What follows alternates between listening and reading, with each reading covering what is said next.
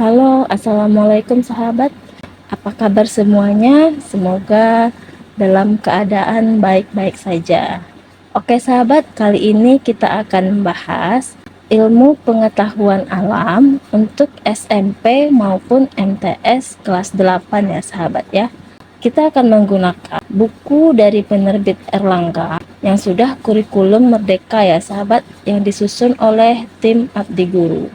Oke sahabat, langsung kita buka halaman 16. Latihan soal akhir bab 1 ya sahabat ya, yaitu mengenai sel dan perkembangannya. Oke, langsung saja kita masuk ke soal nomor 1. Organel sel yang berperan dalam proses fotosintesis pada tumbuhan adalah A. Dinding sel, B. Plastida, C. Nukleus, dan D. Mitokondria. Oke sahabat ya, setiap sel umumnya terdiri atas 3 bagian utama, yaitu membran sel, sitoplasma, dan inti sel. Nah, membran sel ini atau biasa disebut dinding sel ya sahabat ya, fungsinya sebagai pelindung serta berfungsi sebagai pengatur keluar masuknya zat seperti oksigen, air, dan makanan, serta zat sisa seperti karbohidrat atau hasil sintesis. Sedangkan sitoplasma ini adalah cairan yang terdapat di antara membran dan inti. Di dalam sitoplasma berlangsung proses-proses metabolisme seperti proses respirasi, pencernaan makanan, dan ekresi serta sintesis ya sahabat ya. Kemudian yang ketiga ada inti sel. Nah, inti sel ini berfungsi untuk mengatur dan mengendalikan seluruh proses hidup seperti perkembangbiakan, pertumbuhan, dan respirasi sel. Nah, itu bagian utama sel ya sahabat ya. Sedangkan di sini yang ditanya ini organel sel yang berperan dalam proses fotosintesis. Nah, berarti dari keempat option ini, option A dan option C ini sudah dapat kita eliminasi ya sahabat ya. Berarti dinding sel dan nukleus tidak sesuai. Kemudian kita lihat yang B, plastida. Plastida ini hanya terdapat pada tumbuhan ya sahabat ya.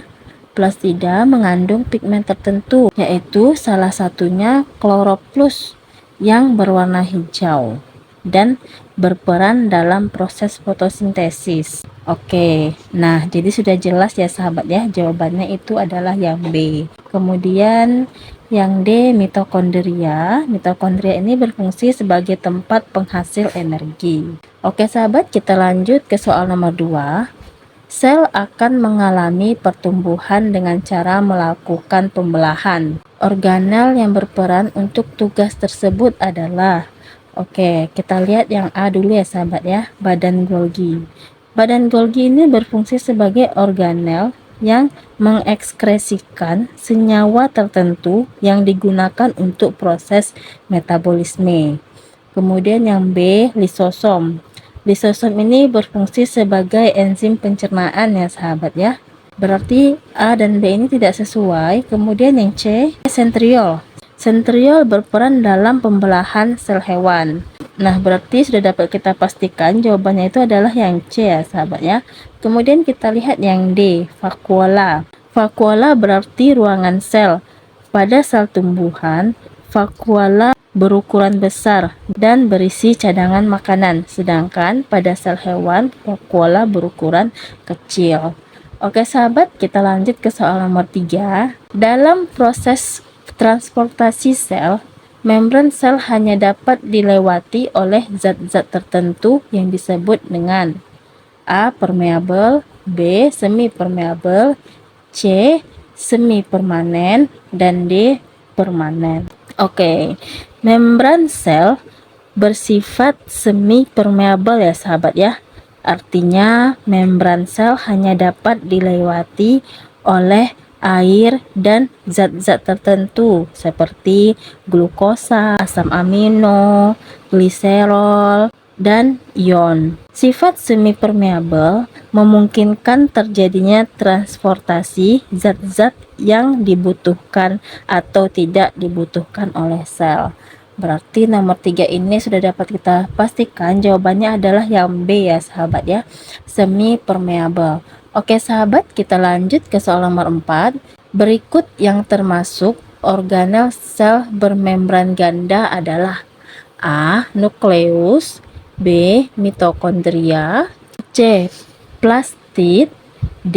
Lisosom.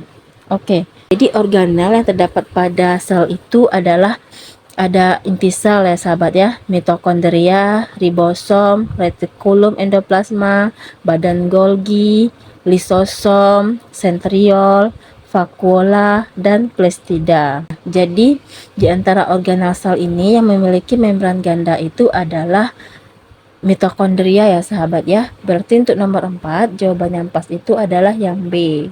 Oke sahabat, kita lanjut ke soal nomor 5. Perhatikan gambar berikut. Bagian sel yang mengandung karbohidrat, lemak, protein, dan fosfor ditunjukkan oleh nomor.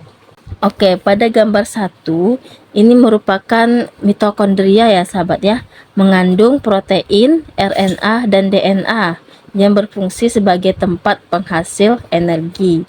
Berarti gambar 1 ini tidak sesuai ya sahabat. Kemudian kita lihat gambar 2, ini merupakan membran plasma. Membran plasma ini mengandung fosfor, lemak, dan karbohidrat serta protein yang berfungsi untuk melindungi dan mengatur lalu lintas zat yang keluar dan masuk sel. Berarti untuk nomor 5 jawaban yang pas itu adalah gambar 2 ya sahabat ya, yaitu option B. Kemudian kita lihat yang gambar 3. Gambar 3 ini merupakan inti sel atau nukleus ya sahabat ya, yaitu mengandung air, protein, dan mineral yang berfungsi untuk mengatur seluruh kegiatan sel. Sedangkan gambar 4 ini merupakan badan Golgi. Badan Golgi ini berbentuk seperti kumpulan kantong yang bertumpuk-tumpuk ya sahabat. Badan Golgi berperan dalam modifikasi bahan-bahan yang dihasilkan oleh retikulum endoplasma dan mengeluarkannya ke organel-organel yang dibutuhkan.